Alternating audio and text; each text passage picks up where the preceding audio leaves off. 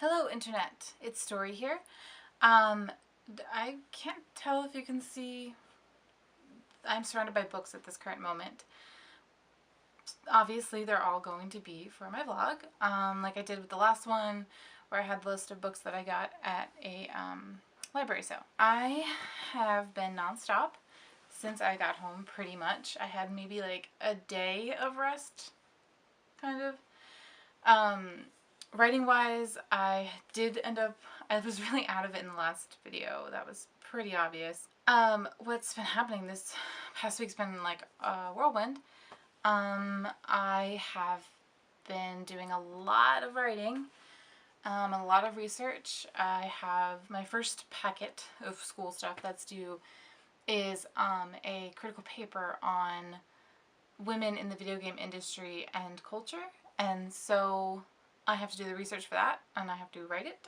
So that's been on the priority list. Also, so is Art Aphrodite. I also have today due at some point. I have a fic, The Heroine Big Bag, due.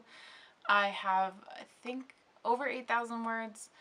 I need to hit 10,000, but also my plot line is like only halfway through.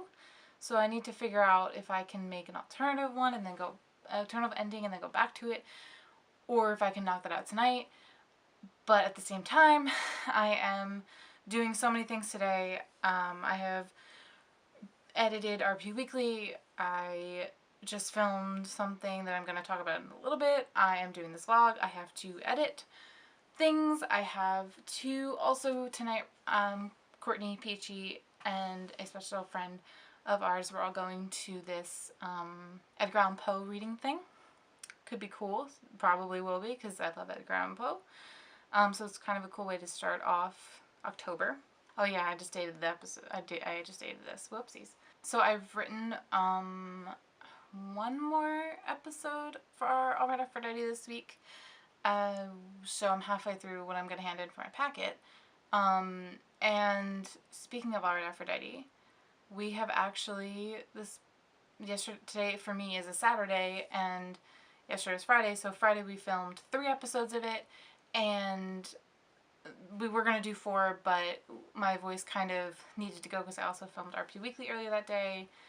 Allergies were kind of killing me, so I had a lot of tea earlier, and I ended up recording another episode, the 4th episode of All Right Aphrodite, right like 5 minutes ago, not even. So All Right Aphrodite is in the works, and I'm really excited about it. What else? So I guess I'll go through the books that I have that are surrounding me right now. So I'm not going to be really in any order, I guess. But these are all books that, most of them are ones I either bought from when I was in Vermont or borrowed from the library from Vermont, or they're ones that I'm going to use this semester, so I guess they're all kind of a mix. So I have, I forgot how to, I really suck at French, which is ironic because I know Italian pretty well. So La Rochefoucauld, Maxims. Oh, there's dust. This one I had to write a prompt from, and I really enjoyed this book because it, A, is really old. I love old books. But B, I really enjoyed the foreword and the intro because it had a lot of information about 16th and 17th century France, which is the era of King Louis and Queen Anne from Austria. And so I got to learn more about the social side of things rather than, you know, like the Three Musketeer movies, which usually aren't 100% accurate. And then I have, what I do need to start reading this week, I have You're Never Weird on the Internet, Almost, by Felicia Day, my queen. I'm really excited to start reading this. There's a lot of information on here, or in here, that I just, like, I want to soak up the knowledge. Also, I love her. I have Featuring Females, a feminist analysis of media, because my first papers on women in video games is considered kind of a media, so there's a bunch of essays in there that I read. I have Everyday Sexism, and it's new, of 2016, and it has a bunch of facts in it, and just chapters on, like, just random stuff. Just stuff that women deal with that's sexist every day. So one of the older books that I have two of the older books. Poetical Works of Robert Browning. I already have a small book of his stuff. He is one of two of my favorite poets ever, and they're not like a set clearly, but I needed it. So I have both of those. And then I have The Life of Elizabeth Barrett Browning. So I do have actually a bigger book of all of her works, but I don't have anything about her. And she has quite an interesting story. I really like, the story is kind of what got me liking both of them a lot. Okay. And then I should probably ignore that. And then I have The Mysteries of Udolpho by Anne Radcliffe. I am going to be reading this towards the end of the semester for me. But it is a gothic fiction. And then I have The Secret History of Fantasy, and it's just a bunch of, I think each chapter is written by a different author. There's Stephen King, Francesca Leah Block, Neil Gaiman. Oh, this is not, I'm going to use this, but this isn't what we're going to put that aside. Then I have Beyond the Writer's Workshop, New Ways to Write Creative Nonfiction, because I need to learn how to do that. I have done it, but I need to work on it more. And then I have a book that I kind of picked up just because, but Writer's Guide to Character Traits. So it kind of just breaks each chapter down to like a topic, like criminal type, sexual issues, love, marriage, and other arrangements, adult personality types. And it just gives you a bunch of information, kind of also like, oh, there's a fly. Also like how the character would act and react and things like that. So it was very cool to kind of look through that. I just want to browse through. I'm running out of space. Then I have Third Wave Feminism and Television. Jane Puts It in a Box. And I'll be honest with you, I don't know. I kind of read through some of it already. I don't know if I'll end up using it, but it is something interesting to look at. Like this chapter actually opened up to Female Heterosexual Sadism, the Final Feminist Taboo in Buffy the Vampire Slayer and the Anita Blake Vampire Hunter series. And it's just a bunch of essays and stuff with a feminist tone about television. And then I have, which one? I have Teutonic Mythology 1 and 2. I do not plan on reading all of both of these books. There are just certain chapters. They talk about mythical creatures and stuff. And so for my novel that I hopefully will be working on, like it has elves, giants, creation elements, things like that. So I really wanted to read that.